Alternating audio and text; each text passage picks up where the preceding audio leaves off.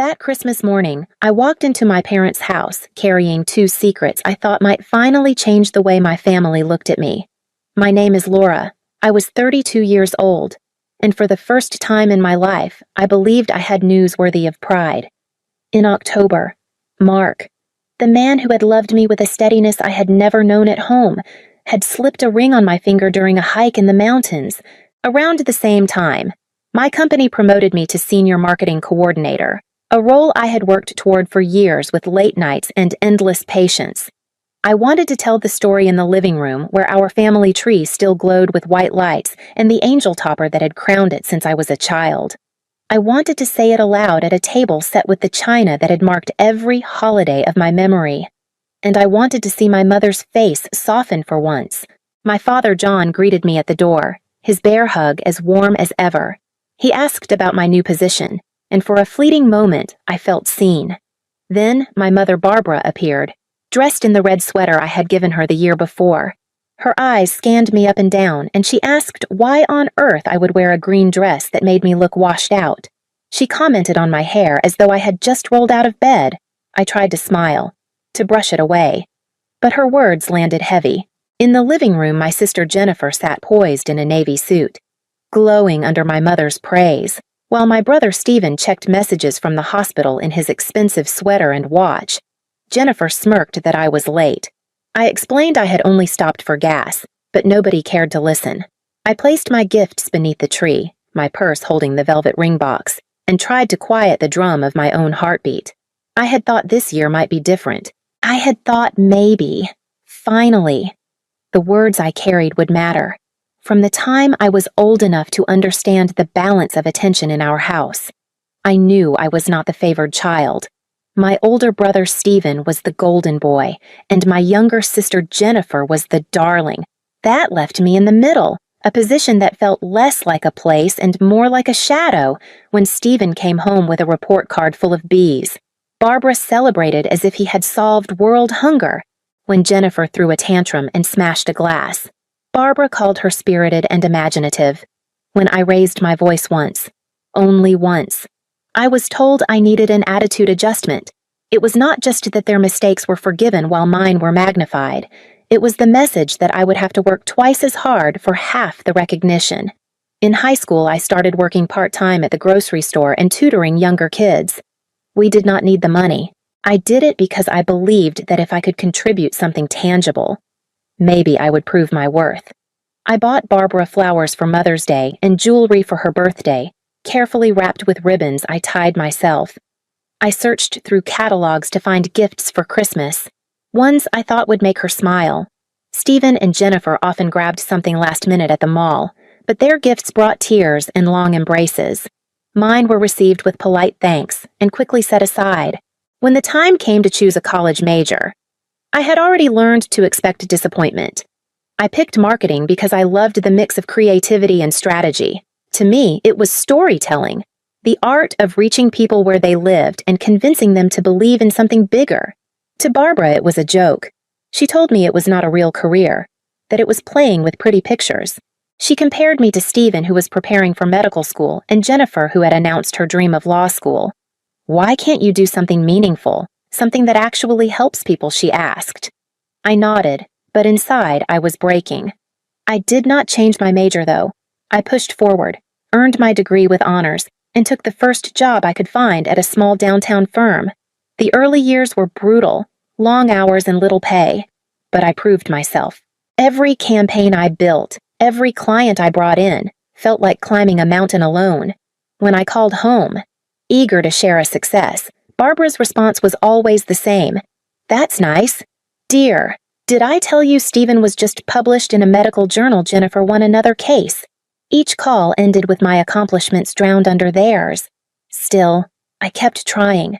I remembered every birthday, every anniversary. I gave up vacation time at 26 to help John and Barbara move into a new house. I painted the walls, organized the boxes, scrubbed floors until my hands ached, while Stephen said he was too busy with residency and Jennifer said her firm needed her. I dog-sat their German Shepherd whenever they left town, even though I was allergic. My weekends ended in hives and antihistamines, but no one thought of that. when John had emergency gallbladder surgery. I took time off work to drive him to the hospital and sit in the waiting room for 6 hours while Barbara worried aloud. Later, she scolded me for not updating Stephen and Jennifer more often. I swallowed the sting. What cut deepest was not the lack of thanks, but the constant comparison. It was as if everything I did was weighed against my siblings and found lighter, even when it was heavier. I was exhausted long before I was 30, but I did not stop. I thought maybe if I kept showing up, kept paying attention, kept sacrificing, eventually Barbara would see me. Maybe she would stop calling me difficult. Maybe she would be proud. That was the hope I carried, even when it hurt to believe it. The gift exchange unfolded just as I had feared. Stephen handed over envelopes with sleek gift cards, clearly bought on his way home from the hospital.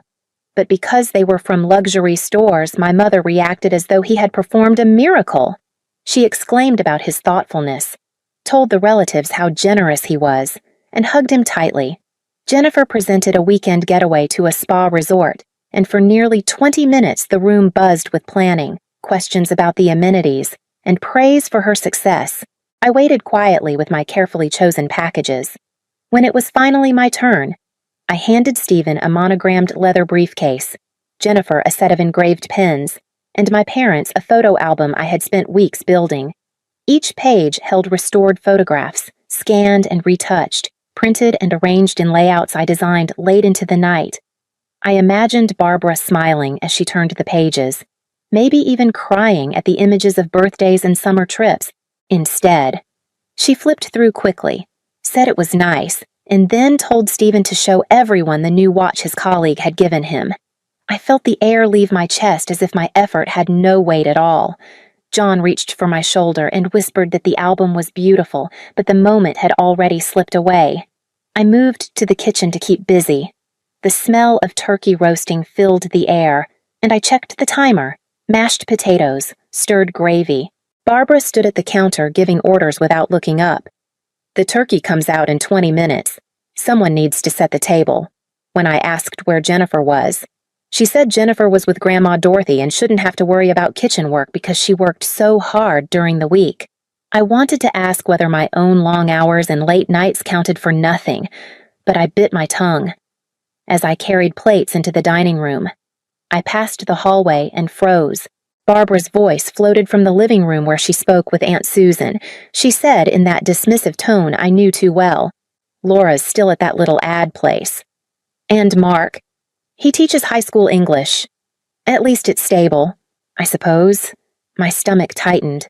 It was one thing to belittle me directly, but to diminish Mark as well, the man who had loved me without condition, was a cruelty I had not expected. I stood there holding a stack of plates, invisible and humiliated, before stepping back into the kitchen where no one noticed. The hours before dinner stretched like years. I touched the ring box in my purse over and over, wondering whether I had made a mistake bringing it. I had planned to announce my news during dessert, when the family might be relaxed, when the timing felt right. But as the afternoon wore on, watching Barbara light up at every mention of Stephen's latest case or Jennifer's courtroom victory, doubt crept in. What if my engagement only earned me another shrug, another cutting remark? What if the one moment I wanted to hold as joy became just another wound? Still, I told myself, I had to try. I could not let fear silence me again. By 3 o'clock, the dining room was ready. The long table dressed with Barbara's finest china, the same white and blue pattern that had marked every holiday since childhood. John sat at one end, Grandma Dorothy at the other, and the rest of us filled in according to the unspoken hierarchy that always placed me between my youngest cousin and the empty chair where my grandfather used to sit. The conversation began easily enough. Stephen talked about the expansion of his medical practice. Jennifer described her latest promotion. Janet chattered about her upcoming wedding. I smiled when spoken to, laughed at Uncle Frank's jokes, and passed dishes down the table, all while rehearsing the words in my head. During a lull, Grandma looked at me kindly and asked, "Laura, are you still working at that little advertising company downtown?" I corrected her gently. It was a marketing firm, and for the first time in years, I tried to step into the light. "Actually, I just got promoted to senior coordinator. I'll be leading my own team." Aunt Susan offered warm congratulations, but before the moment could settle, Barbara cut across the table. "Laura thinks making pretty pictures is the same as having a real career. I keep telling her she should go back to school for something substantial, like nursing or teaching." Heat rushed to my face, but I held my ground. "Marketing is a real career. Mom, it requires strategy and analysis." I wanted to keep the momentum, so I reached into my purse and pulled out the velvet box. My hands trembled, but my voice was steady, and I have even bigger news. Mark proposed. "We're engaged." For a second, there was silence, then scattered congratulations. John's smile was genuine. Dorothy squeezed my hand, but Barbara's face remained unchanged, her eyes sharp. Jennifer leaned forward. "When did this happen, October?" I said. "We went hiking in the mountains. It was perfect." Barbara's voice cut like glass. "October. You've been engaged for 2 months and you're just telling us now, always so secretive. Laura, no wonder we never know what's happening in your life." Stephen asked what Mark did, though I had told him many times. "He's a high school English teacher." Barbara repeated the word teacher as if it were an insult. "Well, at least it's stable," she said, making it clear she found him unimpressive. Jennifer laughed without warmth. "I hope he knows what he's getting into. Laura's always been the difficult one." Barbara nodded, agreeing as if I were not at the table. "Challenging. She has never made things easy on herself or anyone else." The words hit harder than I expected. Sharper because I had come carrying joy. John raised his glass to toast our engagement, and a few followed, but the moment felt forced. As dessert was served, Barbara launched into another list of Stephen's accolades, then Jennifer's courtroom victories, and then she turned to me with a final blow, her voice level but cruel. "You're 32. Laura, you live in a tiny apartment, work at a job that barely pays the bills, and you've never really accomplished anything significant. You are the most useless child we have." The silence that followed was absolute. I sat frozen, ring box still in my hand, with every eye at the table waiting for me to respond. The words hung in the air like smoke, filling every corner of the room. For a moment I could not breathe. Then something inside me shifted. It was not the familiar ache of disappointment or the urge to shrink down and disappear. It was clarity. I set the ring box carefully on the table and pushed back my chair. My hands trembled, but my voice when it came was steady. "Then stop calling me when you need money." Barbara's expression faltered. "What are you talking about?" she asked. But her voice had lost its sharp edge. I reached for my purse and pulled out my phone. My thumb moved across the screen with a certainty that surprised me. "I'm talking about the $1,500 I've been sending you every month for the past 2 years to cover your car payments. I'm talking about the $3,000 I gave you last spring when Dad's surgery wasn't fully covered by insurance. I'm talking about the $2,000 I sent for Jennifer's bar exam fees after she burned through her trust fund on that trip to Europe." I lifted the phone high enough for everyone to see. Every transfer, every check, every loan that was never paid back, I have receipts. The room erupted in whispers. Aunt Susan's mouth dropped open. Uncle Frank set down his fork, and Janet's eyes widened. Dorothy sat straighter, her gaze fixed on Barbara with a look that mixed disappointment and dawning understanding. I scrolled through the app and read the entries aloud. September 15th, 1500 to Barbara Miller. October 3rd, 1500, November 7th, 2000 to John Miller for medical expenses. December 19th, 1500 to Barbara Miller. Each date landed like a hammer. John turned toward Barbara, his face gray.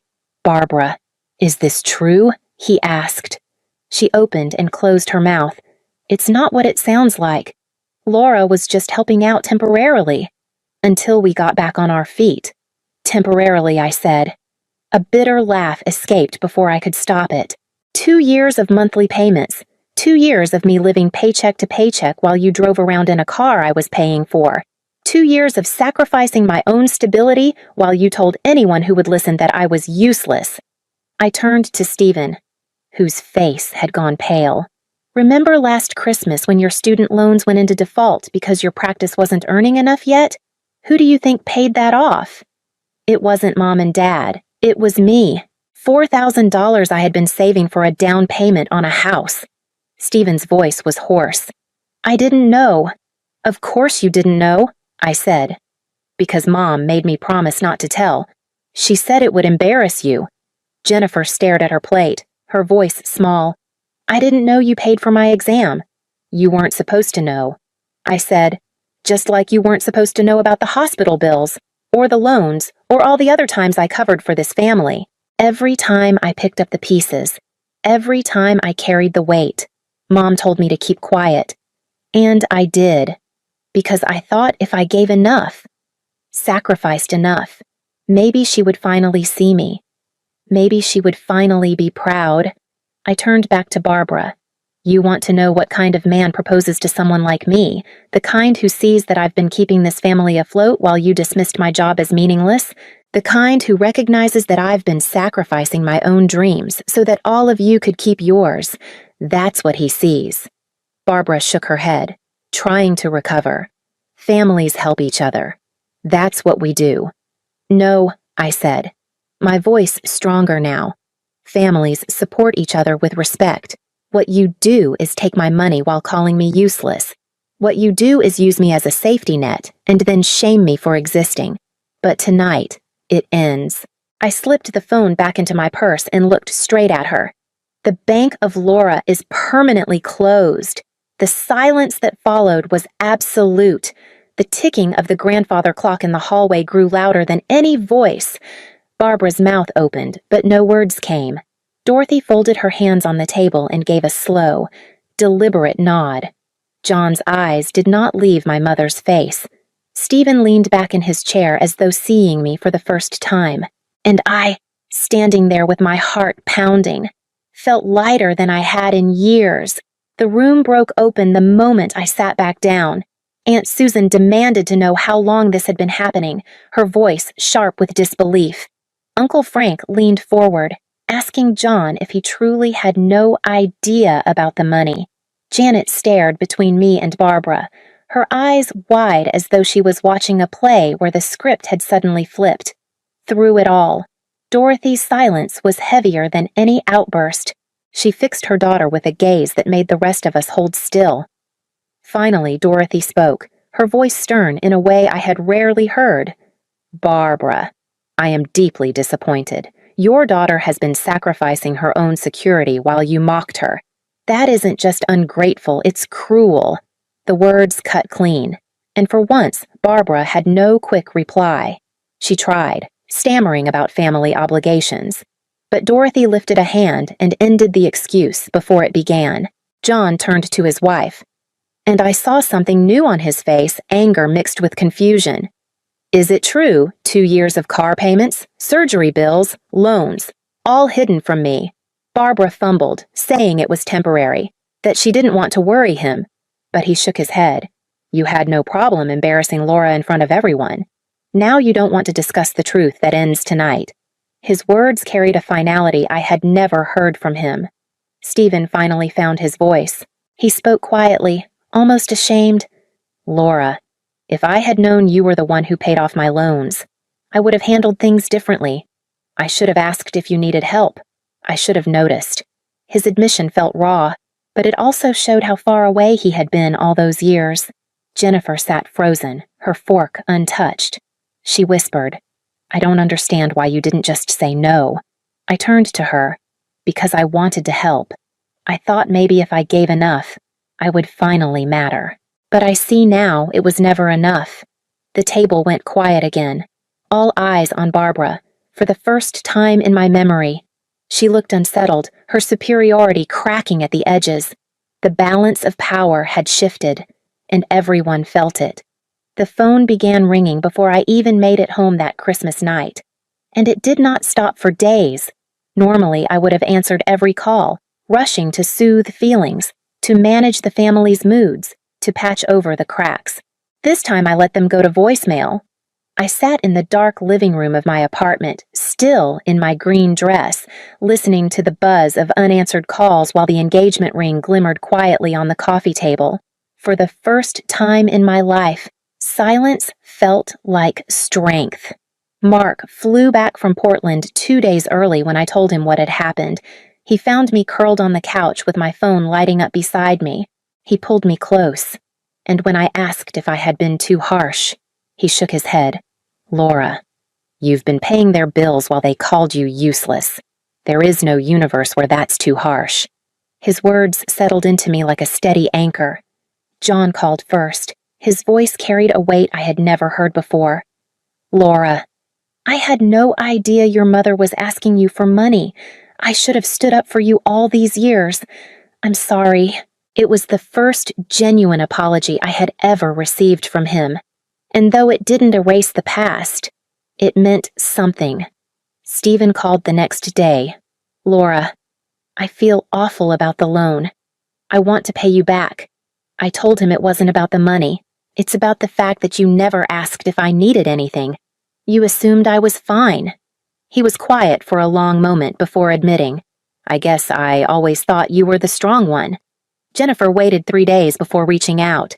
She started defensive, saying families help each other and no one forced me. I reminded her of her words at the table that I was the difficult one. For once, she had no quick response. After a pause, she admitted she had never thought about what it felt like from my side. Barbara was the most persistent. Dozens of calls, escalating from angry to pleading. She accused me of being selfish, of tearing the family apart.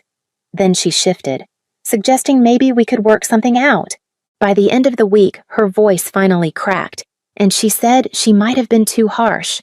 I listened, but I did not rush to comfort, for once. I let her sit with the silence. In the weeks that followed, the ground beneath our family shifted in ways I had never seen before. For John, the truth about the money was like a light switched on in a dark room. He confronted Barbara and insisted they see a financial counselor. For the first time in decades of marriage, they sat in an office together with someone neutral and laid out the numbers. John even picked up a part-time consulting job to ease the strain. Barbara, stripped of her excuses, admitted they had been living beyond their means. Watching them face reality without leaning on me was strangely liberating.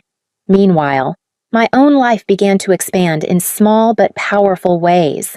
Without the monthly transfers draining my account, I saw my bank balance grow. For the first time since college, I had savings. Mark and I opened a joint account and started planning for our future instead of patching over my family's crises. At work, the difference was even sharper. With no late-night calls about bills or emergencies, I had the mental space to focus. My supervisor noticed my confidence in meetings and hinted at another promotion, but the change wasn't only financial, the emotional weight lifted too. I learned to answer the phone on my own terms, not out of obligation. When Barbara called now, I listened but didn't let her words sink hooks into me. I told her clearly no more loans, no more quiet humiliations. Boundaries that had once felt impossible now felt like the only way forward. For the first time, my role in the family was not caretaker or scapegoat, it was simply myself. 6 months later, Mark and I married in a small inn outside the city. The guest list was short, chosen with care. John walked me down the aisle, his hand trembling, his eyes damp. Grandma Dorothy beamed in the front row. Aunt Susan and Janet smiled with quiet pride.